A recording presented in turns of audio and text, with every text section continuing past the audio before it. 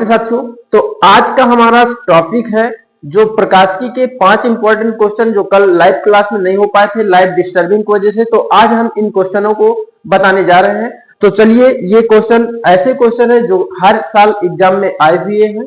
तो यहाँ पर पहले समझते हैं, पहले बेसिक, फिर उसके बाद कुछ टफ, फिर उसके बाद ऑरिजिन। और हमारी क्लास डेली लाइव क्लास में ये न्यूमेरिकल पढ़ाए जाएंगे आपको।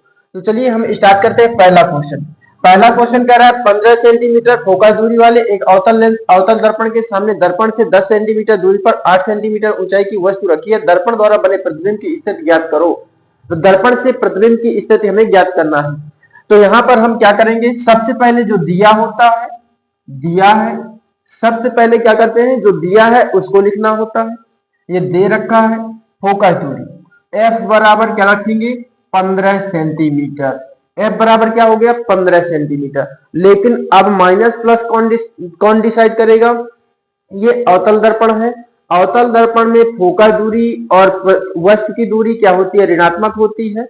तो यहां पर u बराबर क्या हो जाएगा, माइनस का कितना दिए रखा है, 10 सेंटीमीटर। और ये क्या हो जाएगा, फोकस दूरी का हो जाएगी, माइनस की हो जाएगी।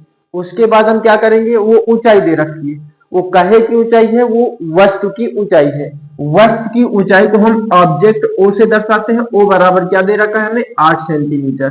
यहां पर हमें सेंटीमीटर को मीटर में नहीं बदलना, हम आंसर सेंटीमीटर में ही ले आएंगे। तो यहां पर फिर क्या करेंगे, अब हम दर्पण का सूत्र लगाएंगे। यहां पर लिखोगे दर्पण के सूत्र से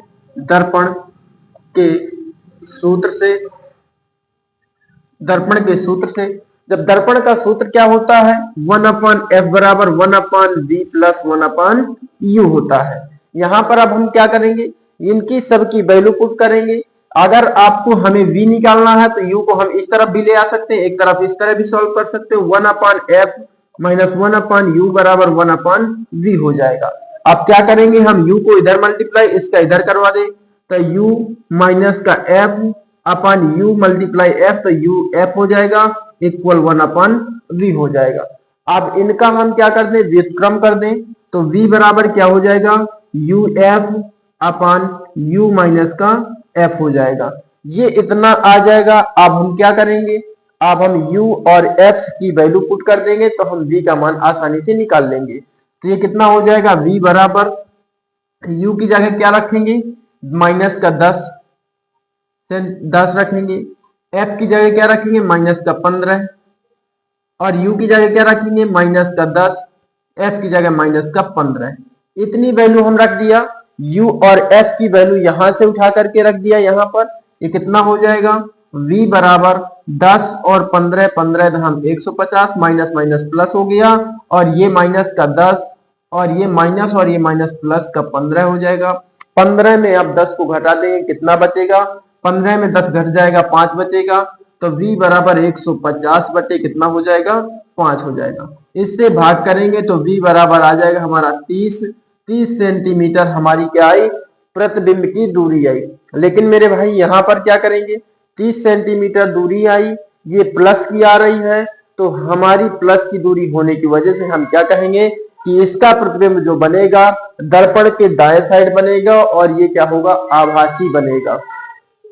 और वस्तु से क्या है, वस्तु से बड़ा बनेगा। तो यहां पर क्या लिखेंगे, 30 सेंटीमीटर की दूरी पर वस्तु से बड़ा और आभासी बनेगा। लेकिन आवर्धन ज्ञात करेंगे और इसकी लंबाई भी ज्ञात करने की बात कर रहा है, कह रहा है प्रतिबिंब की स्थिति और इसकी लंबाई भी ज्ञात करना है, क्योंकि वहां पर हमें वस्तु की ऊंचाई दे रखा था। तो चलिए, प्रतिबिंब की ऊंचाई ज्ञात करने के लिए आवर्धन का सूत्र लगाओगे। आवर्धन m बराबर क्या होता है, I/O बराबर माइनस v/u होता है। हमें m नहीं पता, हमें I की वैल्यू नहीं पता, O की पता है, v और u की पता है।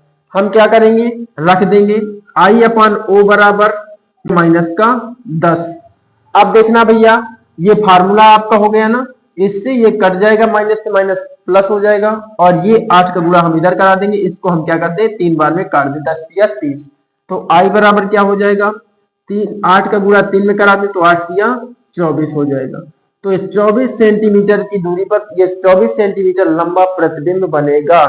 क्या लिखोगे, ये वस्तु से 30 सेंटीमीटर दूरी पर आभासी और ये 24 सेंटीमीटर लंबा प्रतिबिंब बनेगा। इतना आपका ये आंसर हो जाएगा। ये कब पूछा गया? 3 साल में पूछा गया, 3 साल पूछा गया है और इस साल भी आ सकता है, कोई जरूरी नहीं है। पर आपको जो सवाल करवाता हूं उस मेथड से आपको लगाना है। यह जरूरी नहीं है कि वही सवाल पेपर में आए। मेथड अगर आपको पता है, आप हर सवाल लगाने के दावेदार बन सकते हैं, हर सवाल आपको आ जाएगा। तो यहां तक क्लियर समझ में आया? सबको समझ में आया? समझ में आ जाया करे तो कमेंट जरूर कर दिया करें। आप भले कुछ भी भेजिए,